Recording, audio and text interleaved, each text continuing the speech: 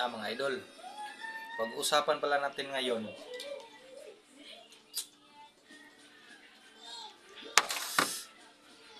may puruhan ba na mananalo si Congressman Marcolita at Pastor Kibuloy? Kasi yung dalawang yan mga idol, may paninindigan din naman yan sila. Saka may mga prinsipyo, anti-corruption.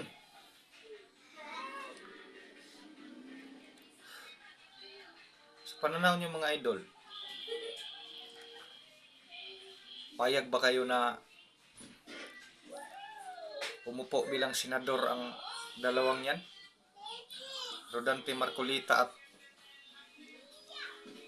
Pastor Kibuloy?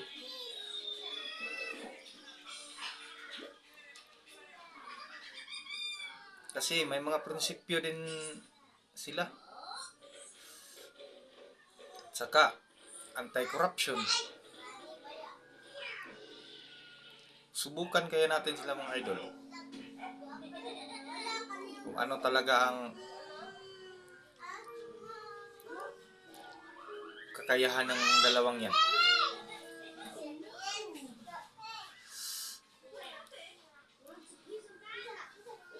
Rodante Marcolita at Pastor Kibuloy.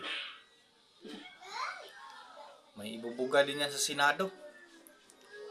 Palitan na natin yung iba. Pabalik-balik na lang. Wala namang nagawa. Yung ibang senador dyan.